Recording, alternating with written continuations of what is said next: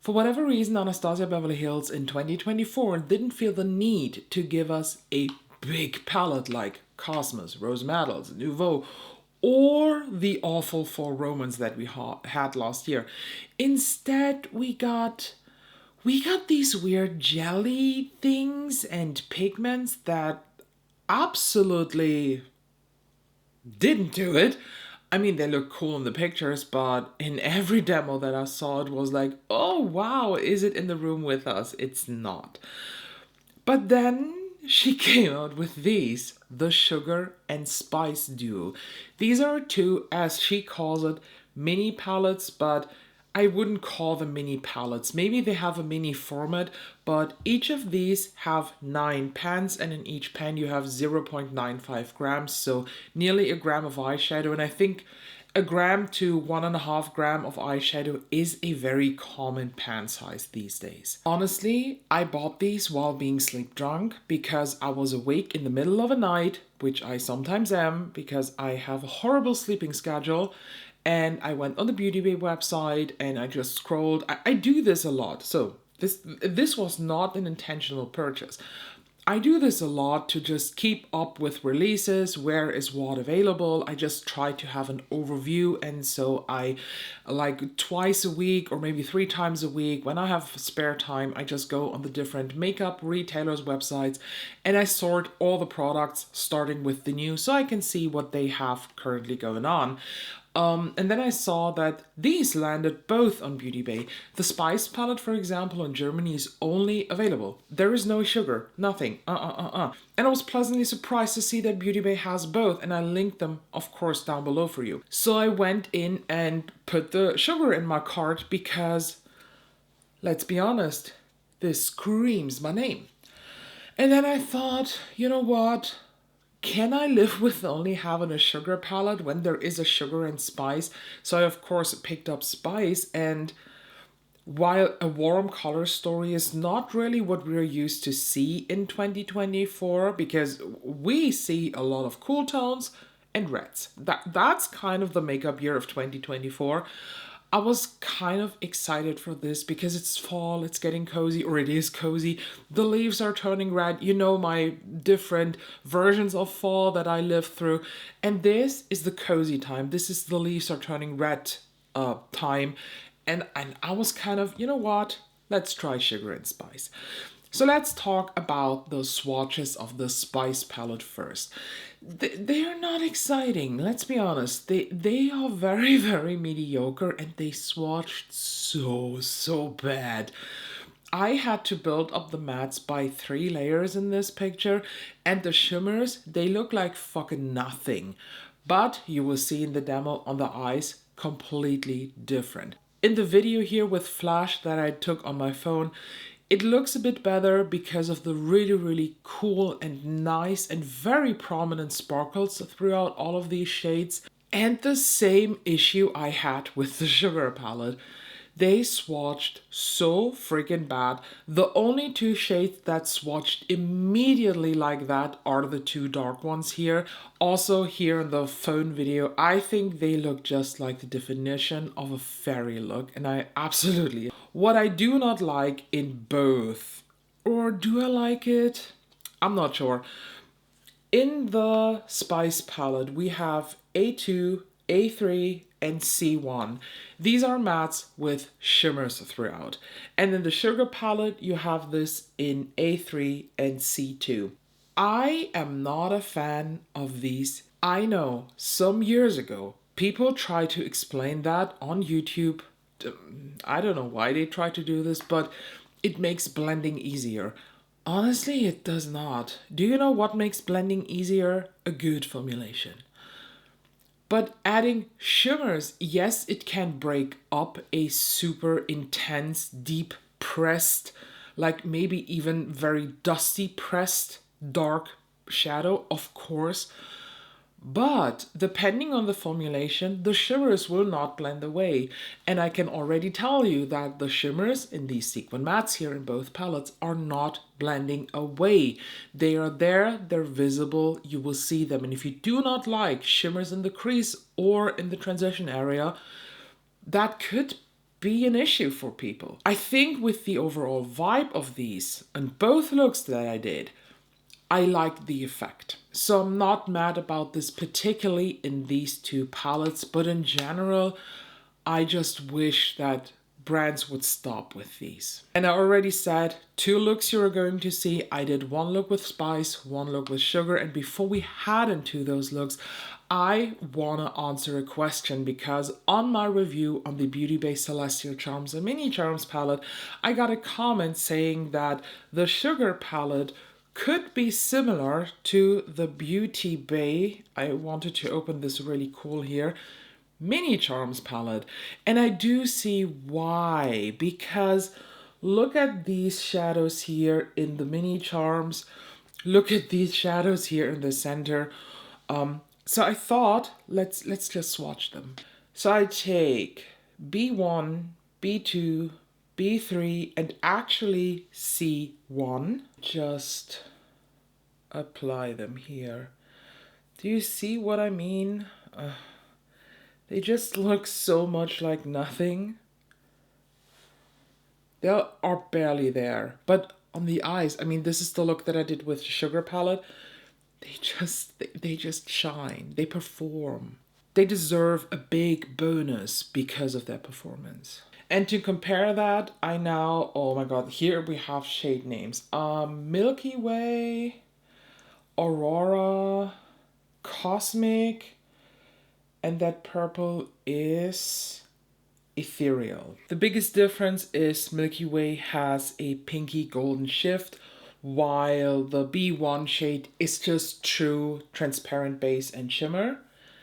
Then we have that pinky shade, big difference. This is much thinner than ABH.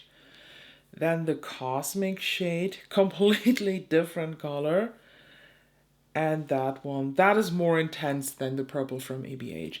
So I do see that they have a similar vibe, but I would never dare to call them dupes. I don't think that they can dupe each other, absolutely not. But if you want to make a decision and you have to decide, will you get sugar from ABH or will you pick up the definitely more affordable Beauty Bay Mini Charms palette that, by the way, is limited edition? These two palettes are not. The question should not be, are these dupes to each other?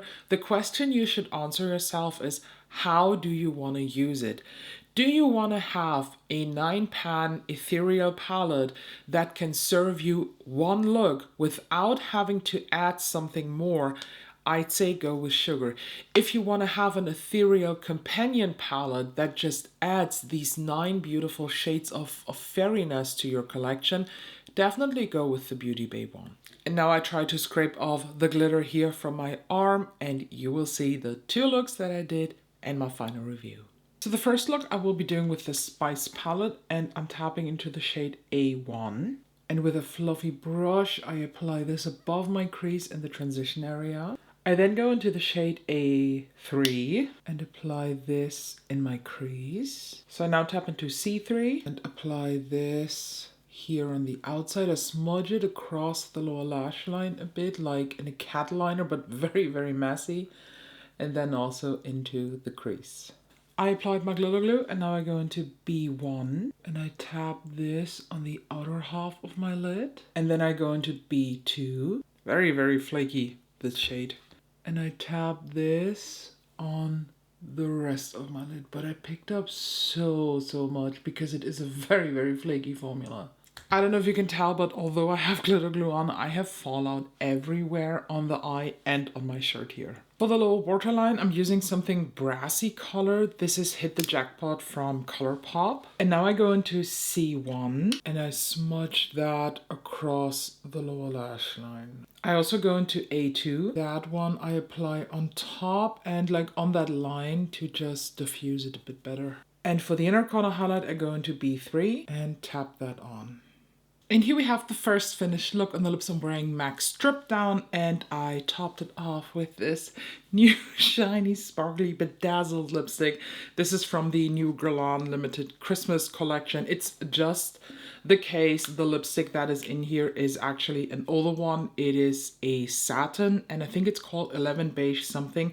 I really need to put a sticker or something on this because if you don't know these, you can buy the case separately and then the like lipstick to refill, so you can reuse the cases. But there is nothing on that lipstick that tells me what the shade is called, so I have to remember. So if you have more of these, it can be challenging. I want to say it right away that I am so surprised on how much I like this look. This is insane. I thought, well, the spice, yes, it's nice, it's pretty, it's very warm. I just buy it so that I have both sugar and spice. But the end result is absolutely stunning, and the only shade that I didn't incorporate is this one down here, but this is more a like regular shimmer metallic, so nothing super special. And I am now very excited to head over to the look with the sugar palette. Now for the sugar palette, I'm actually more excited for this one, but let's see what I can do with this, because as you were able to see in the last or in the look a couple minutes earlier, I was pleasantly surprised by the spice, but color story wise, I'm more excited for this one. And I'm heading right into going into the shade C3, and I pack this on the outer part of the lid, and whatever is left on the brush, I blend out a tad bit.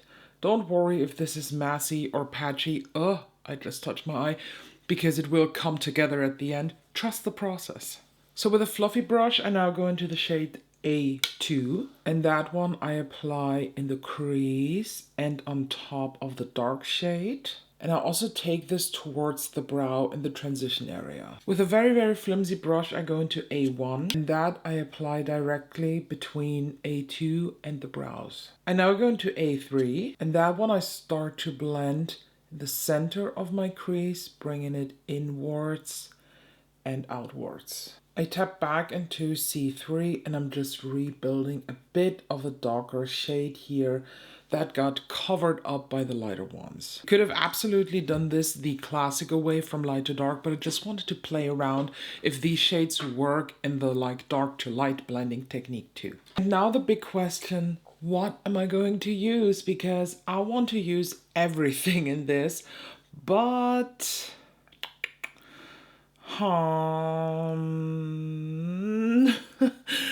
I go in with B3 first. These shadows are super duper flaky. It is a formulation that I have not seen from ABH before. And this I apply on the outer half of the lid.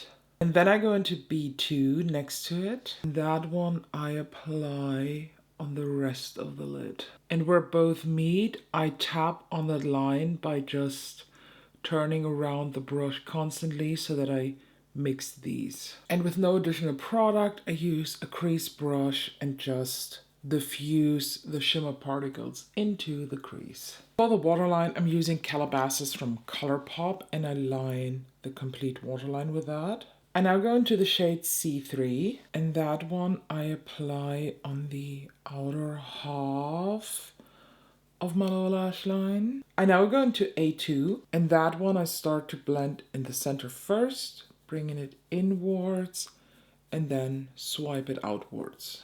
And I actually want to use every single shade in here, so I now go into the shade C1, and that I apply on the lower lash line, but on the inner part. Usually I use my inner corner highlight for this, but I love the look of this palette so much that I just want to use every single one. And I think you guessed it already. I now go into the shade C2, but I think that brush is not good. Let me take a different one.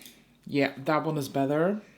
And I grab some of the shades. It's so freaking flaky. And I tap this just on the inner corner. And here we have now the finished look with the sugar palette. On the lips, I went with no lip liner, and I just applied the Pat McGrath Astro Blue Star Lip Balm. It is a grayish toned lip balm with blue and silver glitter specks, so it looks a bit ethereal. I have no clue if it's even visible, but when I look very close in the mirror, I can see it. I don't think it is a big surprise to anybody that I, of course, prefer sugar. Although I do want to mention once again how pleasantly surprised I am by the Spice palette. And I mean, I said it already, this is not a super versatile palette. You will not end up with 4 different toned looks. You can make a few changes in the nuances that your look is going. So for example, you could use maybe A3 and C3, and on the whole lid you just do B1 and you're good to go. And then you can change up the looks and maybe do only A1 and A2 and then B3. You know, you can make some changes, but at the end you will always end up with a warm cinnamony look with this. I don't want to tell you that the sugar palette is much more versatile, definitely not. But I think because of the different options you have shimmer-wise in here and also matte-wise, you can make bigger changes. You will always end up with a fairy-like ethereal look and cool toned look, as you will end up with a warm cinnamon look with this one. I want to be very honest with you and tell you that I am overly surprised how much I like them. I feel like the backlash and the feedback, the honest feedback of the Fall Romance palette from last year, that kind of stopped ABH, I feel like, and maybe they are trying to reevaluate some of their formulation choices. Whatever they put in here, do it again. The mattes, I mean, in the Cosmos and Rose Metals, and Nouveau, although Nouveau is on my chopping block because of the color story, the mattes are very, very similar. I do want to say so that I think that these are a tad bit smoother, even a bit more fine, so that they blend easier. They are building up easier. They are, someone in the Instagram comments said, this is a palette, it was because of the Spice palette, that is so easy and effortless that no matter what you do, you will always end up with a good look. And that is exactly the description that I have for it.